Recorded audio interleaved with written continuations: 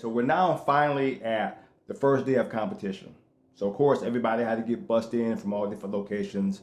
So we're all filtering in to the venue, bus by bus by bus. So now we're getting organized. We're trying to figure out what's going on, who's going to be doing what. So now I got to grab my camera and start kind of filling everything out. So I'm walking around, checking out what's going on, who's doing what. So there's so many components to this event because now it's the first one that Gamma's putting on, and it happens to be a world championship with 40 teams. So of course, there's going to be a lot that things have to be figured out. So everybody was trying their best to be on their game. So there's bouts of meetings going on everywhere. So of course you have your team, all your teams at one end kind of prepping themselves, getting warmed up, getting their gear. Then you see referee meetings over here. Then you see logistics and the media over there. Then you see, so like I said, everybody has their roles to play and we're all trying to figure it out.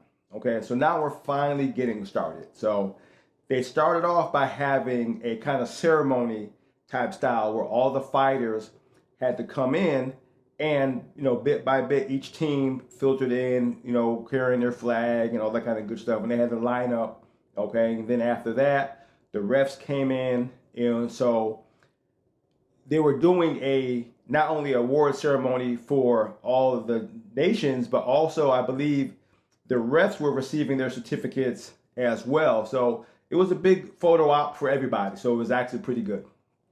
So now we're really getting down to a competition. So now everybody's getting settled in.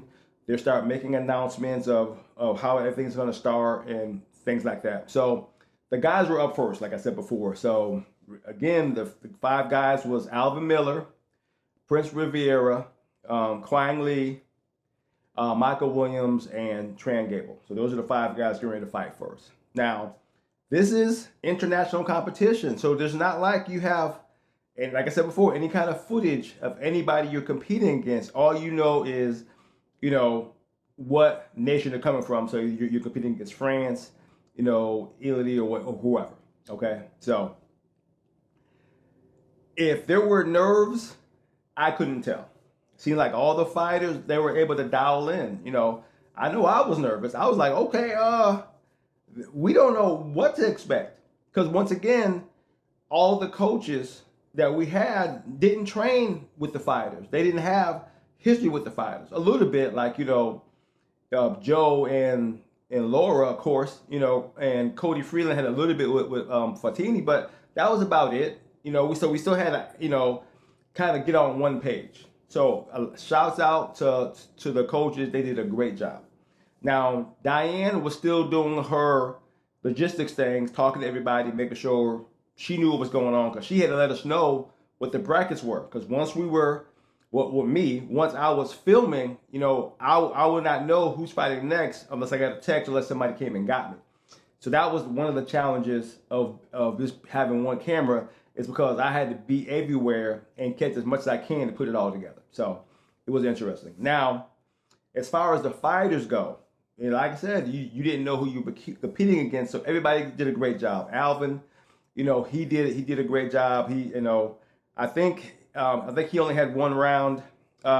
Prince Riviera, he did a great job. I think he also had one round. The mystery fighter of all this, I'm gonna give a little bit of shout out, Quang Lee. Now, me, I've been in the fight game for a little bit, so I kind of think I can read a fighter pretty well. No, not as well as I thought. Quang had the same expression on his face throughout the whole time. You know what I'm saying? It was like he was home on the couch. I couldn't tell if he was excited or sad. I couldn't tell if he was nervous or mad. I couldn't tell. He just kept the same facial expression the whole way through.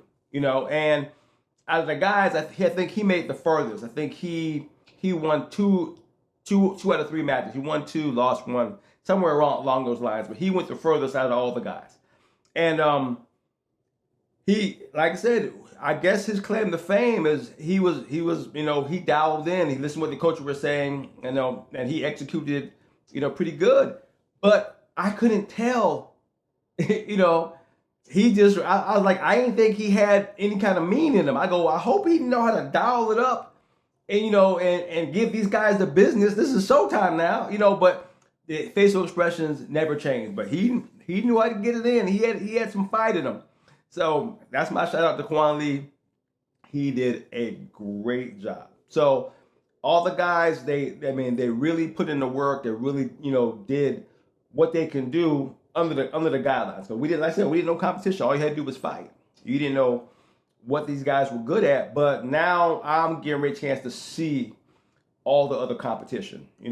There's a lot of high level talent, at these world tournaments. So never underestimate, just because you hear the word amateur, that you're not meeting a high level fighter that has, a lot of, time and grade, in training. So these guys came prepared, man. These guys came prepared.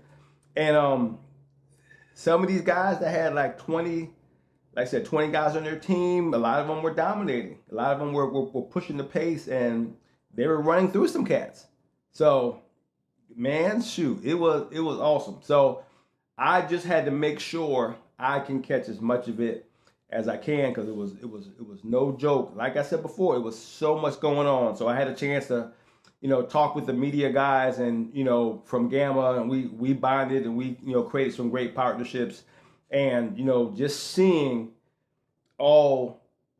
everybody putting in the work, because like I said, we had to make sure this thing came off without a hitch, and it was what we wanted it to be. And I can definitely say that it was a great experience. I'm glad I had the opportunity to see and witness it with my one camera, putting in the work, because everybody did a great job.